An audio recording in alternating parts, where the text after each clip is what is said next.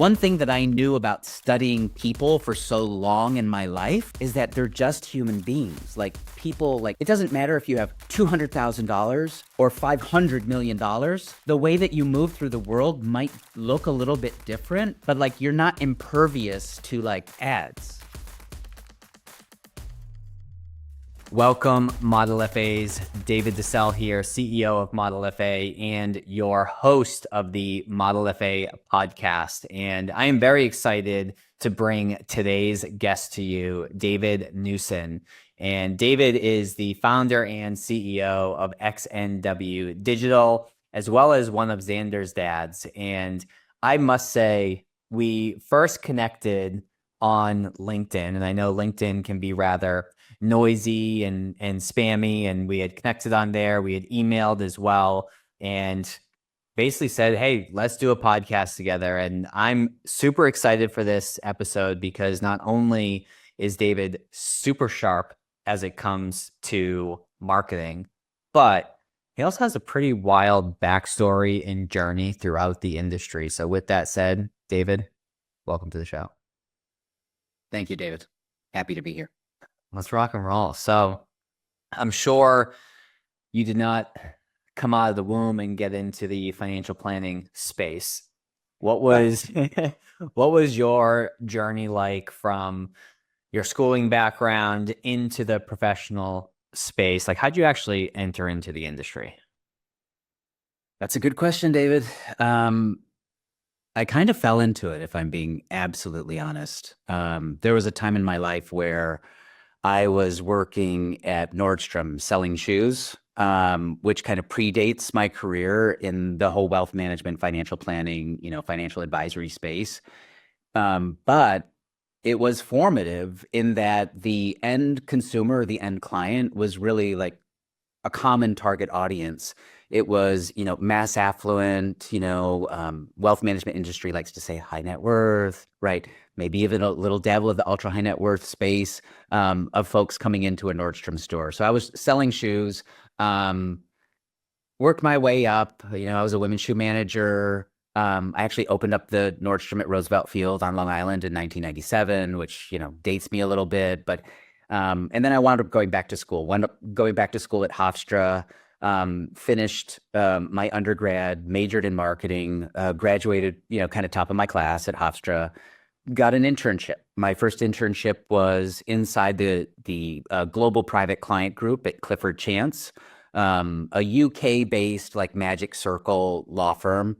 And I worked in that group for a number of years and was really lucky. I had a mentor who was really at the top of his game and who really helped me through the rest of my career. Even to this day, I don't make a career move without consulting him. So I was very, very lucky to kind of really stumble into an internship that became my first job. And then that kind of grew into like, okay, well, what are you going to do the rest of your life? Are you going to be like a career law firm marketer? And for me, that was not my path. I'm an entrepreneur. I want to go out and do this for more folks. And so once upon a time, I had my own marketing agency in New York. Even as part of my marketing agency, I got this random introduction like to someone who wanted to leave Merrill Lynch and start their own RIA. And I was like, I don't even know what the hell an RIA is, let alone like how someone leaves Merrill Lynch and starts their own like gig. And this person told me like, well, John sent me and like, he said, if anybody could figure it out, it would be you. And so that's what I did. I figured it out. I got licensed at the time. Like I took my Series 65, like, you're in it. I was in it. I was totally in it. And set that firm up. And I don't know, I learned a lot. And I also realized that there were so many similarities, right? Like I was designing for an end client, like in the law firm space, but then even in the RIA space, like, and this was a kind of a solopreneur when he started his practice. The end clients were almost identical. right? They had similar issues, right? Okay, they're not going to a law firm with investment management questions, but they are going to law firms for estate planning questions or, offshore, like, some larger AUM types of clients like have more complexity, and that's what we solved for, but on the legal side. And then like, okay, this is like we're solving for complexity, but on the financial side. Then I kind of had this point in life where it was like, okay, is this all there is? I moved to California from Manhattan, so I went from New York to California, and entered the behavioral healthcare space. And I'll even get a little bit more granular. Behavioral, healthcare space, also known as dual diagnosis addiction treatment center space, and ran a program in San Diego for many years before actually moving to San Francisco and changing. So one of the things I learned about that was still the same target audience, right? This wasn't a publicly funded program. It wasn't even payable through insurance. It was all private pay. We had 34 beds. And it was like one level under hospital care. The only requirement was you had to be ambulatory. You had to be able to like get up and walk around. But everything else we had psychiatry, we had LMFTs, we had like, we partnered with a Deepak Chopra Center, and they were coming in and we were doing like all different types of modalities to treat a very ugly disease of addiction, actually. And one of the things I underestimated about that business was I was literally dealing with people in their darkest hour every day, all day. And I started, engaging in some unhealthy activities, right? And like unhealthy activities, you're probably thinking, oh gosh, addiction treatment, what did you do? No, it wasn't that. What it was like, I became a marathon runner, a destination marathon runner. So I was like, any given day of the week, it's like, oh, you might find me running 10 miles, 18 miles, 15 miles.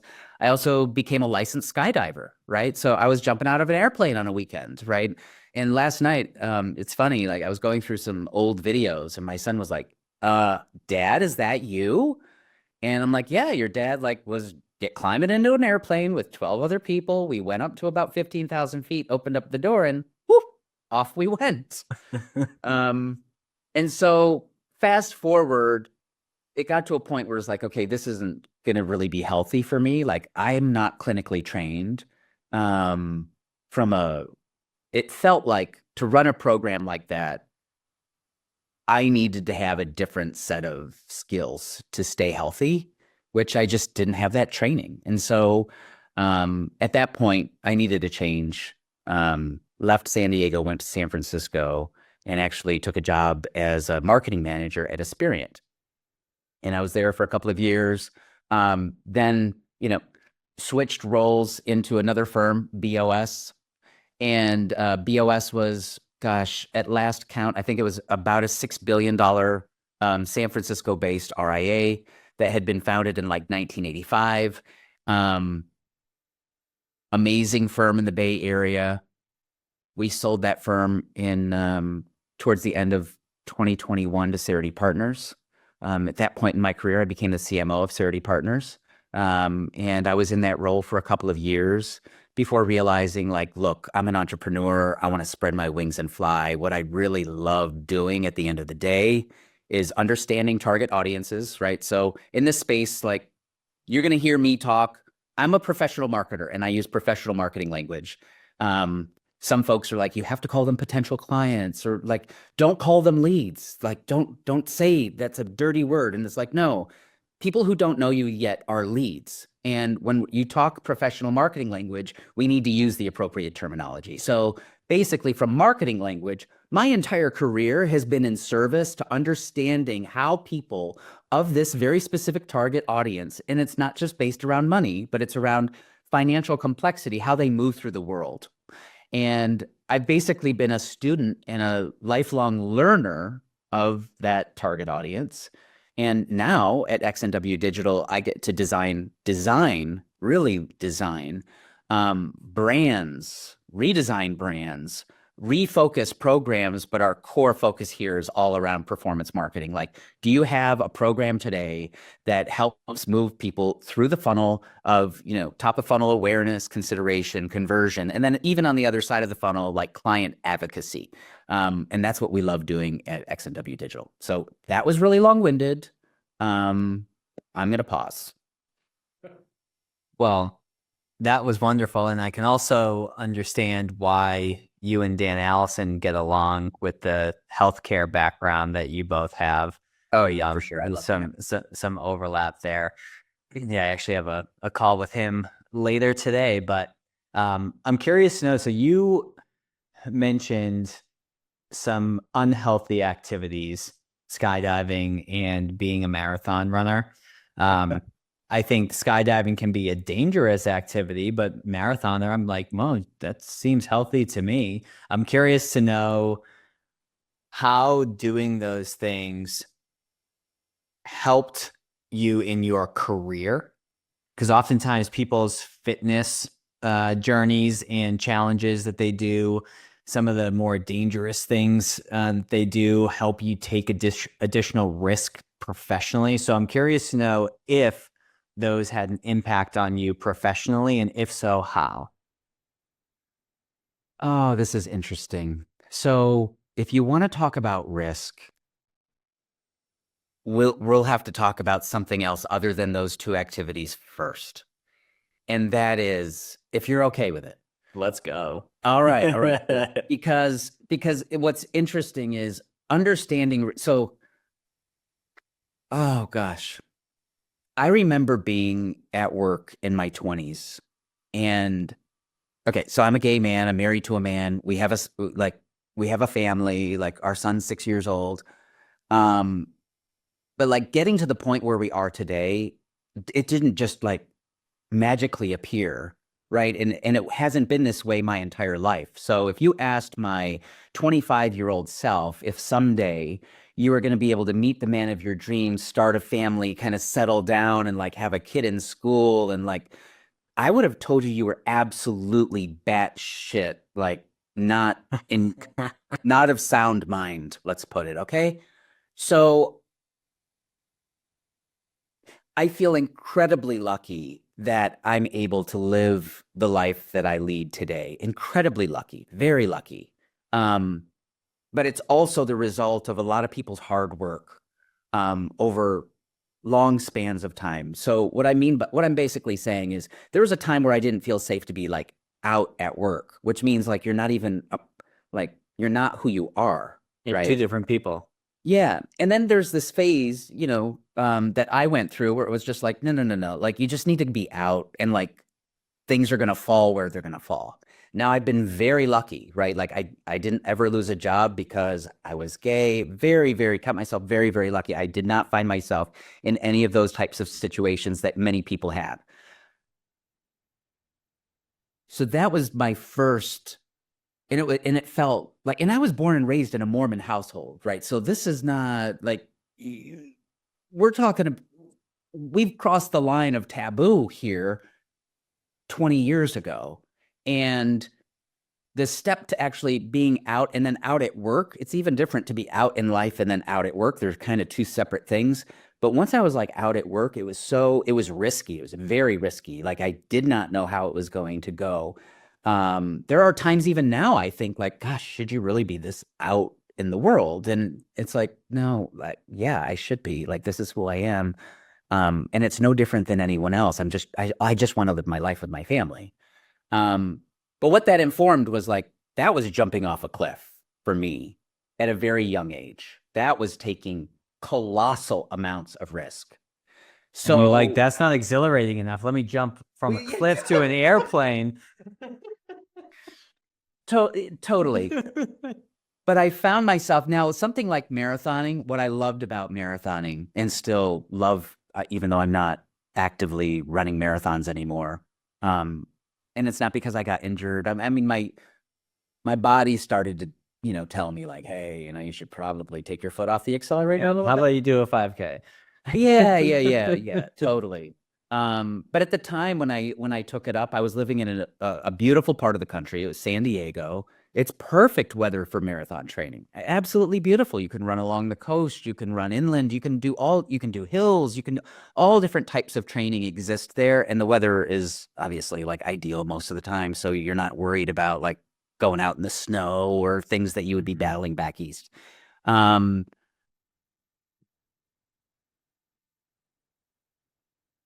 What skydiving taught me, like everyone thinks it's the thrill of jumping out of an airplane, and there is certainly an adrenaline rush that happens when you definitely get brain juice from that activity. But in order to jump out of an airplane, you need a lot of training. And the training comes from like a lot of muscle memory. Like you need to understand that if anything goes wrong at any time, that your, hands go to the right spot on your parachute to make sure that you're deployed and you have a chute over your head. And you need to make sure at all costs that you have something over your head. And you're looking at your altimeter, you better have something over your head by 2,500 feet. Like the safe zone is like, you should be pulling at 4,000 feet. But if 2,500 feet, if you're under 2,500 feet and you're pulling, any type of, unless it's a high performance chute, like you're going to hit the ground and you might die. Then it's just like, that's how it works, right? There's like, it's physics. And so there's a lot of training that goes into that, understanding a lot of it's situational awareness. A lot of it is discipline, knowing that like, okay, you must have a chute over your head, even though you might be looking down and saying, well, there's water underneath. Doesn't matter. Chute over your head matters before you land in water. You know what to do if you land in water. If you land on land and you don't have a chute over your head, you're done. You land in water and you don't have a chute over your head, you could be done, right? So what it also taught me about future risks was that we need discipline. I need discipline when I'm assessing risk or assessing situations. But I will say it also helped me. My entire career has helped informed what I'm doing today in ways that I find pretty amazing because, and it's funny, I don't often reflect on this. Perhaps I should, but it's kind of like everyone has their unique mix of experiences. And in this way, we're all snowflakes. But my snowflake experience from a risk standpoint and I will take business risks. I will push clients to take business risks because in an industry that sounds a lot, let's face it, financial advisors many sound the same, right? Oh, what do you do? I help solve my clients, financial complexity, like some version of like help, support, like these things. But there are ways that you can, I don't know if some folks will say, what's your unique value proposition? And it's like, I don't know that we really are going to be stumbling upon unique value propositions. Can we find distinct value propositions? Yes, I think so. But truly unique, we would literally have to like shatter some norms in the business, in the industry, in order to get to a place where we're really dealing with UVPs. Sorry, that was very long-winded. Listen, this is a podcast. It's supposed to be long-winded. This isn't a 60-second video clip, David. Walk me through, and forgive me if I'm misremembering, but I think when we had first connected and we were talking about your experience at Aspirient, I'm pretty sure you made mention that there's a cool story in that time there. Am I misremembering, or is there a story that we can unpack together? Well, there's a lot of cool stories. I don't know which one you're talking about. I don't either. I just have a note here that says it's an awesome story. Unpack it. Or my note says after Aspirient, it's an awesome story. Let's unpack this. Oh, yeah. So Aspirient was an amazing time for me. So it was my first real entry into a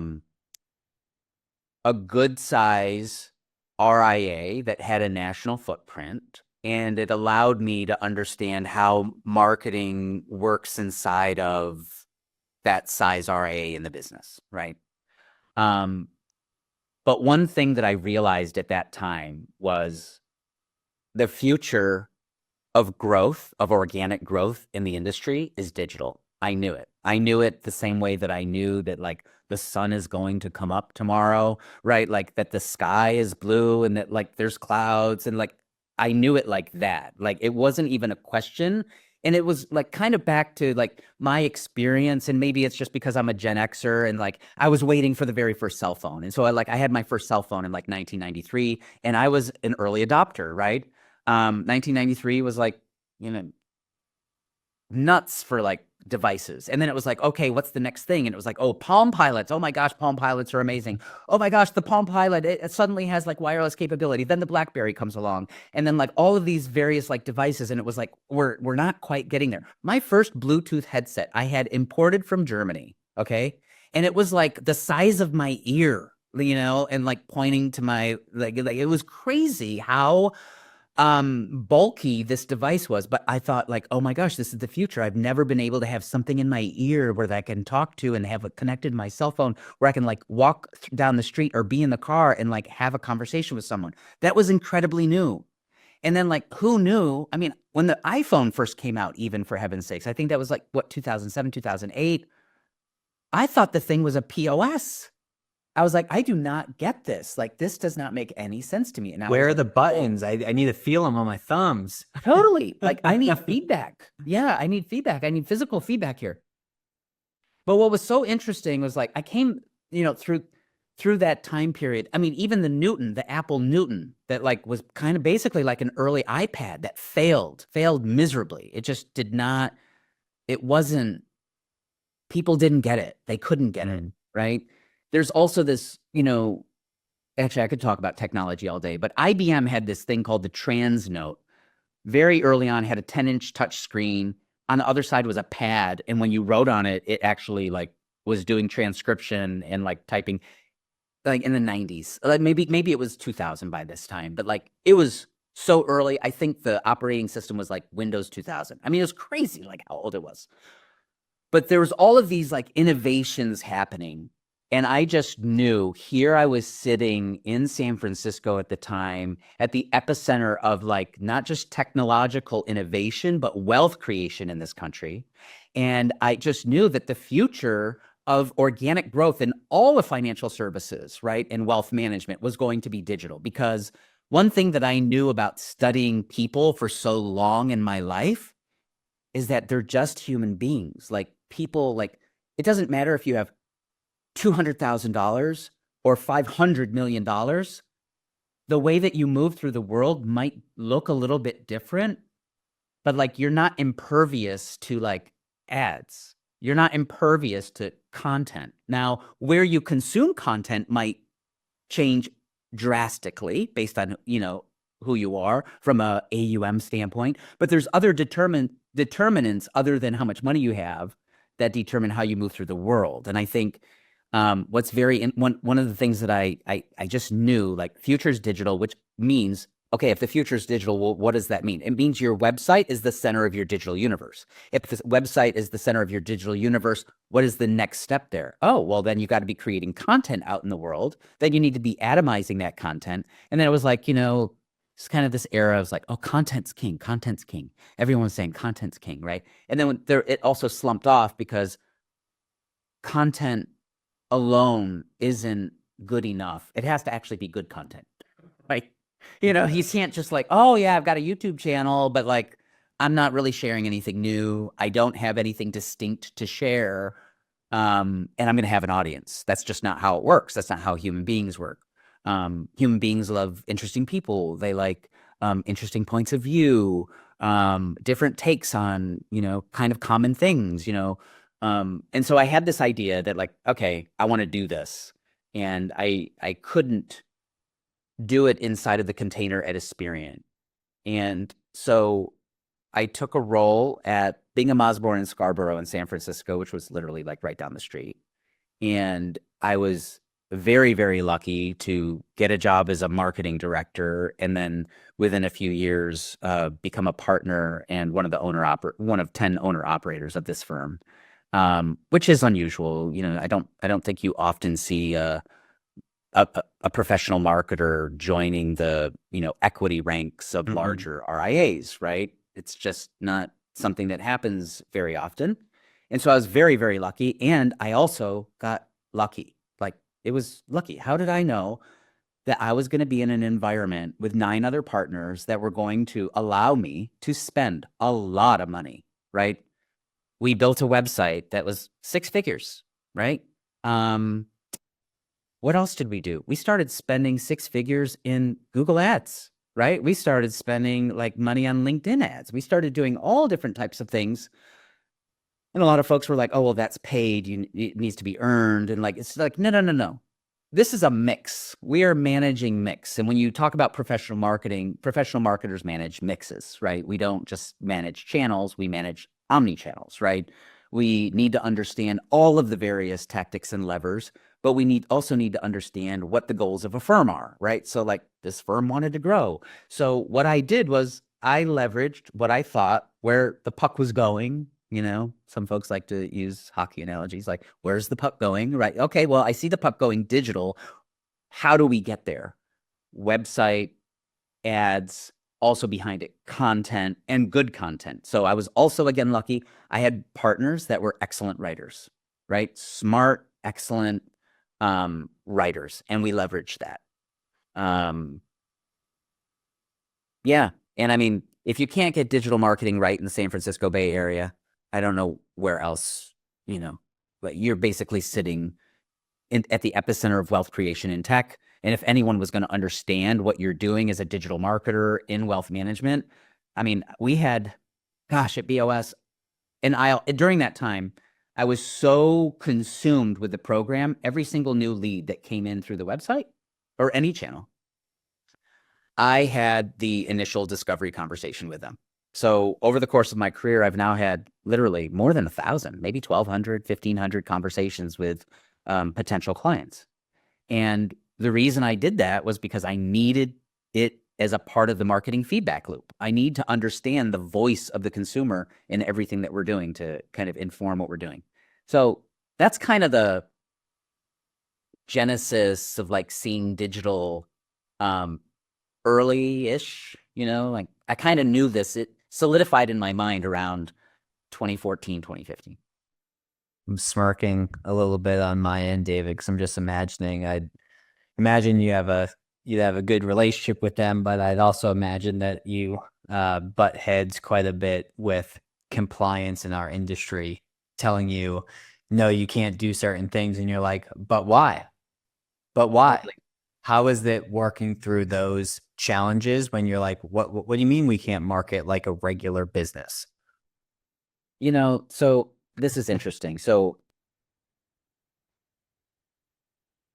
I'm thinking to myself, right, like, okay, David, have you dealt with compliance folks that were challenging to work with? Yes, of course, right? Yes. From a marketer standpoint, right? Because obviously we want to be able to use every tool available to us, and compliance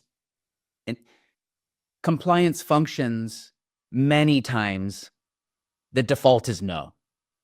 And of course, yeah, I butt heads because like that's an unacceptable answer in a business, because business is not about binary thinking on any scale. Like, compliance is a risk management function of a firm. And obviously there are some things that are binary. This is correct. This is wrong. This is correct. This is wrong. But most of it is like gray area, which is why like there's that's why there's SEC, and there's like they come in and they're gonna like do their reviews from time to time, and they're gonna call out various things, but they're really trying to understand like you as a firm and your process. Like, how did you make decisions? How are you moving through the world from a compliance and a risk standpoint? Obviously, you know, protecting the consumer. But when I would hear no, I would immediately say, well, I'm sorry, can we have a business discussion? Because no is a non-starter, right? Let's have the discussion around, are we willing to take any business risk when it comes to compliance? And if you ask most leaders, they're like, yes, I'm willing to take some business risk when it comes to compliance. Now, does that mean we're going to stop being fiduciary? We're going to violate the fiduciary standard? No, we're not asking to violate the fiduciary standard in marketing. What we're asking to do, though, is like actually look at what the SEC, well, the former advertising rules, and now there's even new advertising rules, but like, let's look and see what we can do. Like, testimonials used to be absolutely no, right? but could you put on a client event where they're not talking about your experience, but maybe you put on a client event that basically has a panel of clients and you're interviewing them about the business environment in Silicon Valley? And then you invite your prospects and clients to like a live meeting. Can you do that? Yeah, you could do that, right? They just can't get up there and say like, oh, XYZ firm is amazing. Like you should sign up and blah, blah, blah. Like, okay, so you have that conversation, but it can be implied, right? How else do we know these people? And then even when it came to like pushing digital along, like, I don't know how many times, like I've never been at a firm that actually wanted to advertise performance. So I'm not talking about like advertising investment performance. We're talking about, can we just, can we run ads or create content that is creating an emotional reaction in a potential client? Because as much as economists like to think humans are rational actors, we all know that they're not. They're emotional. And so, and good marketing actually stirs an emotion inside of somebody. Now, some of those things are like fear, yeah, I mean, right. And I've never been the type of marketer that's like, oh yeah, we go for fear. Like, let's push the fear button. That's a button we should use sparingly. And if we do push the button, you better have a really good response to it that is supportive, because no one wants to be like freaked out with fear, especially if we're talking about like your financial situation. If you're going to push the fear button, you better have a very supportive like response to that fear trigger. Otherwise, you're just kind of playing with people's emotions, and you don't want to be. You want to be an authentic marketer. And authentic marketing to me is you're magnetizing people to what they already need and want, whether they know it yet or not. How do you think through? So as I'm thinking through firms that I work with, we work with similar-ish, I say that loosely, size firms, but in the $1 billion range. How do you think through what their marketing budget should be? Because I come across firms where they're spending hundreds of thousands, if not millions of dollars on marketing. And I have firms where it's like twisting their arm trying to get them to spend a couple $100. I'm exaggerating in that, but there seems to be confusion in the industry around what percentage of revenue should be allocated towards a marketing spend. Can you help make sense of what firms should be doing? And I'm sure it depends, but loosely speaking and talking in generalities, how should firms be thinking about this? Ooh, good question. Because I'm of the school of thought, just to give a starting point, that Yep. if you're under $1 billion, you should be spending like, assuming that you want to grow substantially, you should be spending like 20 to 30% and just light that on fire, assuming that you're spending that money wisely. Whereas when you're in the billions range, there's some economies of scale that take place where you're looking at like 5 to 10, maybe 12% of revenue, if that. Am I way off, or what are your thoughts there? Well, I would love it if firms were spending forget about 5, 10, 12% of revenues on marketing. I think the fact of the matter is larger firms are not, and they do so to their detriment, right? It's no shock today that, we've been hearing a lot about, let's talk about the history of marketing and RIAs. It's like, marketing. Hey, David, we need a tear sheet. We need a one pager for this,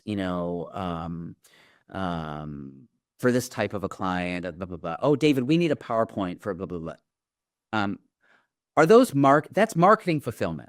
That's not marketing strategy. That's not investment in marketing, even though you have a person. But like somebody else could be doing that. You don't need a professional marketer to do your tear sheets and PowerPoints. Like you just don't. And like gone are hopefully disappearing are the days. I don't think they're gone. I would like to Force them on. think that they're gone and fast forward. Yeah. But the days of like, oh, can you just like make this look pretty for me? I mean, that's like nails on a chalkboard for me, because while aesthetic is certainly part of marketing, thinking that that is what it is a huge mistake. And let's just like, okay, that's one extreme example. Modern day example. Okay, now you have a marketing department. Maybe you call them a CMO. Maybe you call them a marketing director. Maybe it's a marketing manager if you're smaller. I think the most common, Kitsis just had a report come out, right, for 2024, a marketing report, and was basically saying in there the most common, marketing roles like marketing director, right? And you could have a marketing director that's really junior. You could have a marketing director that's really senior.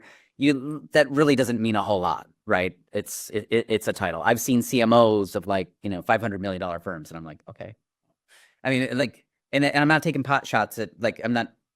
Well, it's funny when I'm in college and I'm, being like, seeing people talk, I'm like, oh, they're a vice president, they're a president, they're this, they're that, and then I get into the real world. I'm like, that's just words on a piece of paper or words online that like a guy or a gal just decided one day. Like titles, a lot of times are just BS. Totally. Well, and especially in this industry, I mean, in the broker dealer world, everybody is a vice president. Like, like, okay, you're a vice president. Awesome. But there's a lot of them. Where I think the number should be is like, oh, and here's the other thing. Marketers were never in charge of growth. They never really had a mandate for growth. It was always a support function, or in other firms, they call it shared services. Oh, marketing is shared services. And then they think like, oh, the advisors are the revenue generators. So I just want to flip the script a little bit. Like, let's imagine Procter & Gamble, for example. Okay. Like, who runs businesses at Procter & Gamble? Well, the marketers do, brand marketers do, and they own P&L, and like everyone reports to the marketers, and it's the marketers who become like the CEO, like of a Procter & Gamble or a consumer packaged goods company. In this business, because and even professional services at large, it's like, oh, well, the client service folks are the revenue generators. Therefore, they are the ones that need to be the leaders of the firm, which makes sense if you're a smaller firm. But like even when you start looking at, kind of enterprise level firms, well, then you need a CFO. You don't need somebody who actually was an advisor that is coming up through the ranks just to be the CFO. And then you need like an enterprise COO. You don't necessarily need somebody that's like in a certain industry to be a great COO. And I think we're seeing some of that kind of change over time, but which is kind of the professionalization of like the independent RIA space, right? So like, okay, we're on a good trajectory. But when we go back and we like think about marketing, they never thought about growth. And now what I do today is I only want to help firms grow. And one of those conversations that we have with all of our clients is, are you spending for growth or not? Right. And that's going to be a really big, like, I'm lucky enough in life to be at a point where I get to choose who my clients are, which is fantastic. One of the lenses that I apply is, are you committed to marketing? Which also means, are you committed to growing your firm organically, right? I mean, marketing can help folks grow inorganically too. I'm not saying that, but like the organic growth piece is kind of a hot topic these days. Everyone wants to grow organically. And it does not surprise me that they wake up one day and they realize they don't know exactly how to do it. And I think the reason for that is they really haven't invested in it financially, but the industry hasn't done a great job at training and bringing up, marketing talent that is in the industry. We've done a very poor job at that. The industry is very unique. It's not, you can't pull someone that's working at Procter & Gamble and have them be happy in financial services. I would think that would be very, very rare. They would probably be like, oh my gosh, this industry is a snooze fest. Get me out of here. Well, and there's also, because we had talked about this outside of this recording before, where before you can even turn on the marketing funnel and load some leads up to the business, you got to make sure that you have the right team in place to actually process those leads, because bringing someone through the sales process that's a referral from a client is a lot different than bringing a stranger through the process. It takes a different level of skill set. And some firms may have the budget and the desire to really light marketing on fire in a good way, but they don't have the infrastructure or the bodies in place to actually capture those leads into clients. So I guess my question there is, when you're thinking about working with someone, how much time do you spend not just evaluating their willingness to market and spend dollars, but how much time do you spend evaluating the talent and the team and the current people they have in place? That's a great question, David.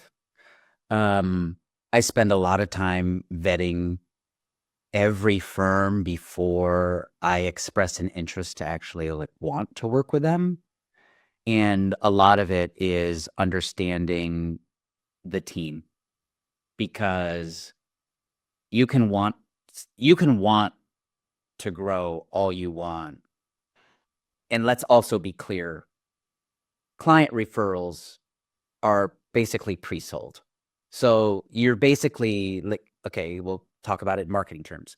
You are leveraging an individual's social capital on your behalf, right, to get a business transaction done. That's what's happening.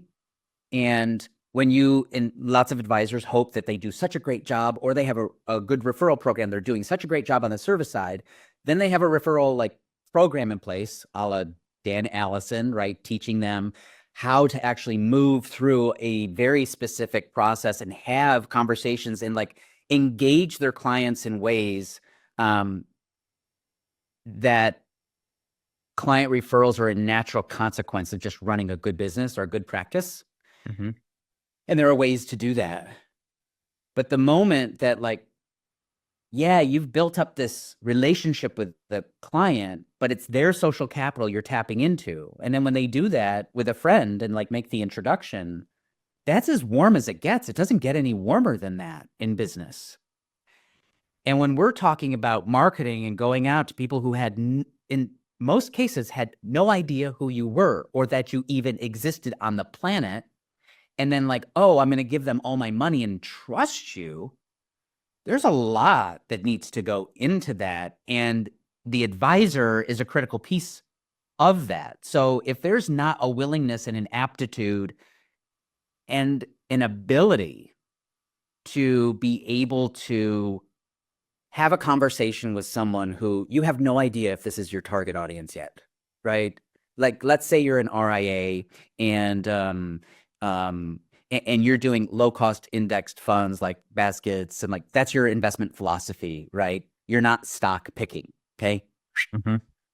And you get someone, and the first thing they lead with is oh my gosh, what are the hot stocks today? I can't believe the market was just down 2% one day, another 1.5% the other day. Then it rebounded, kind of all this volatility that we've been recently seeing. And then it's if you're an advisor and you're not used to a question about talking to somebody who wants to know what's going on in the markets, specifically around stock picking, you're going to feel like an idiot, because you're going to be, I don't know what I'm talking about with someone. And then you're going to think wow, you know what? That marketing team who sent me this lead, it's their fault. They It's sent their me a fault. crappy lead.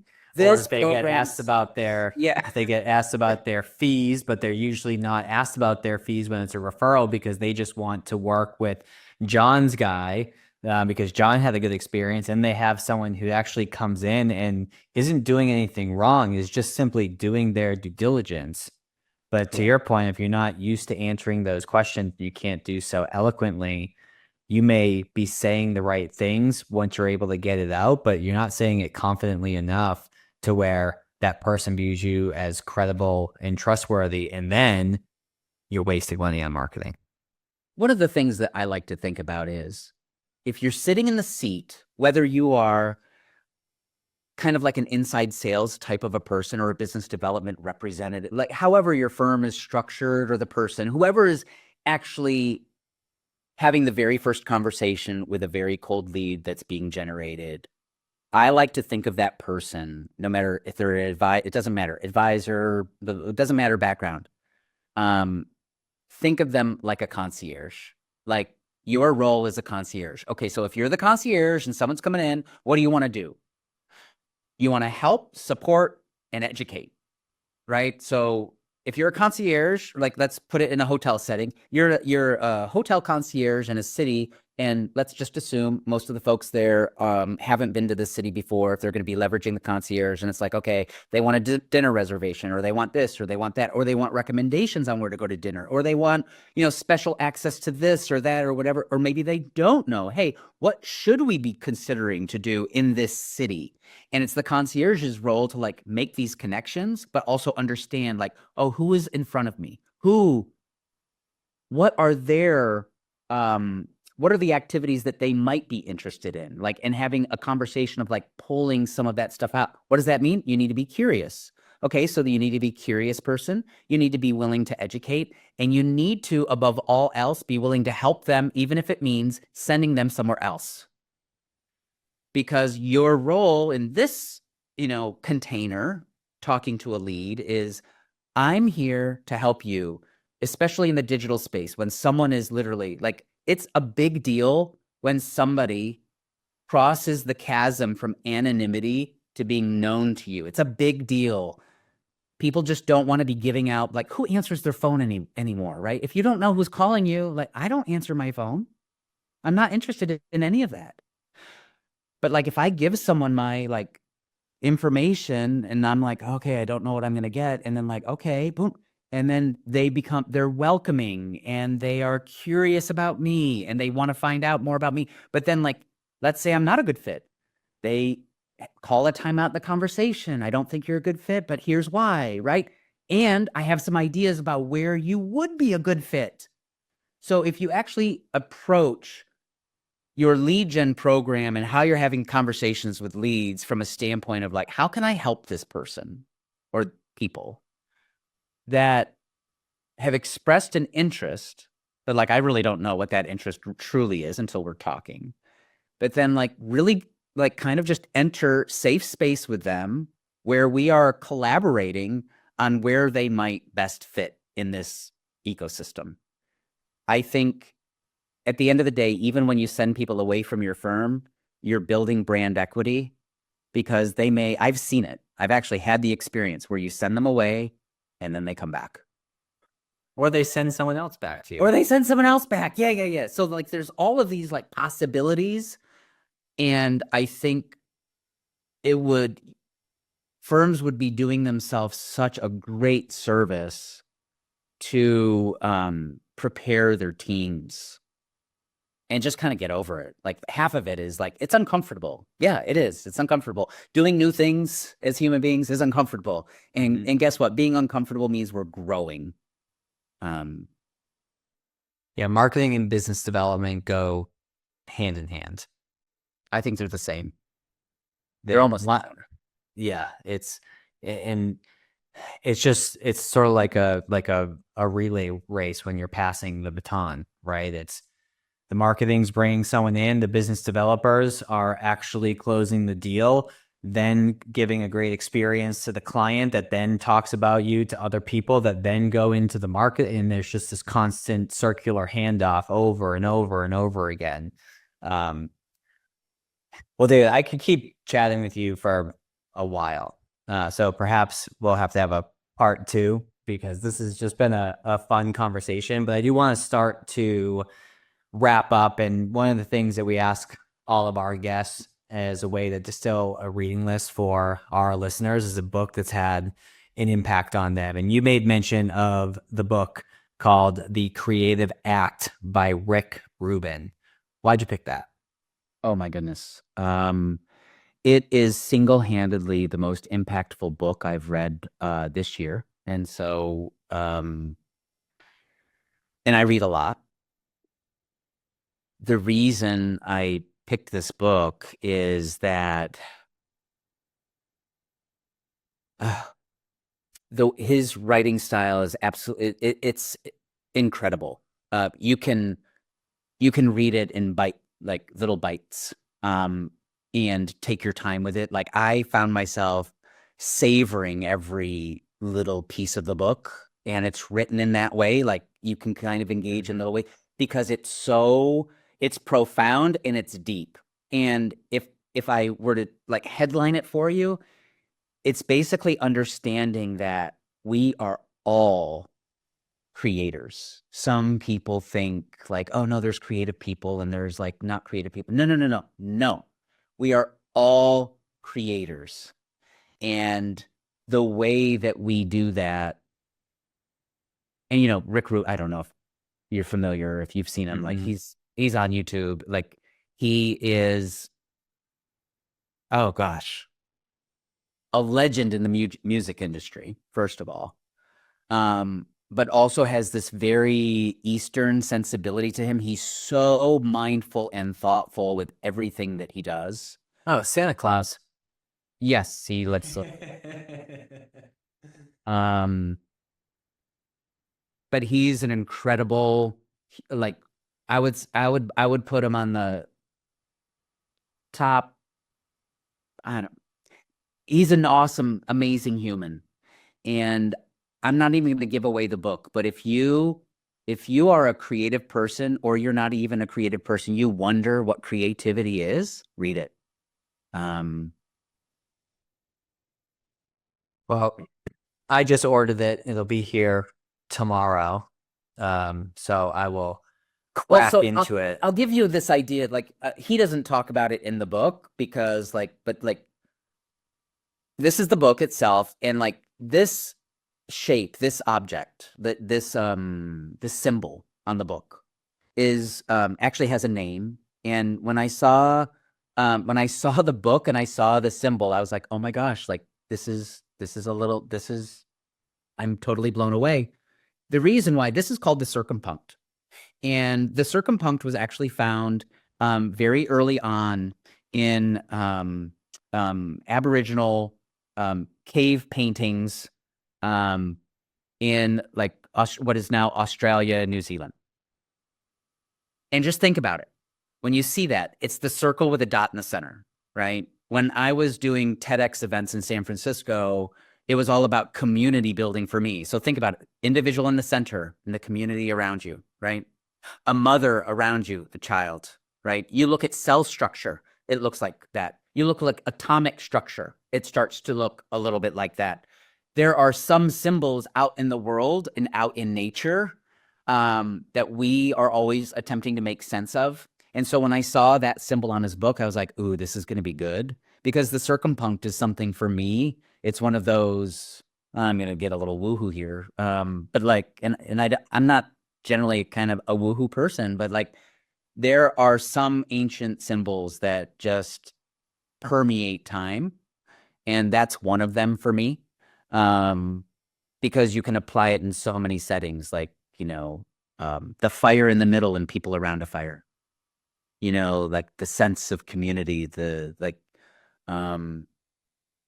anyway, love the book.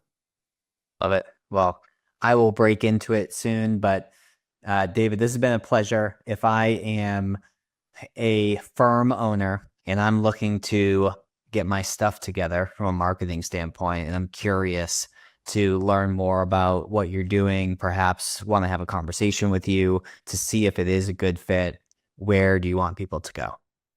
You can go to the XNW website, which is xnwdigital.com. Awesome. Well, David, it's a pleasure as always. For everyone listening, appreciate your time and attention today, and we'll catch you on the next episode. Sounds great. Thank you, David. Thanks for having me. Appreciate it. Of course. Take care. Bye.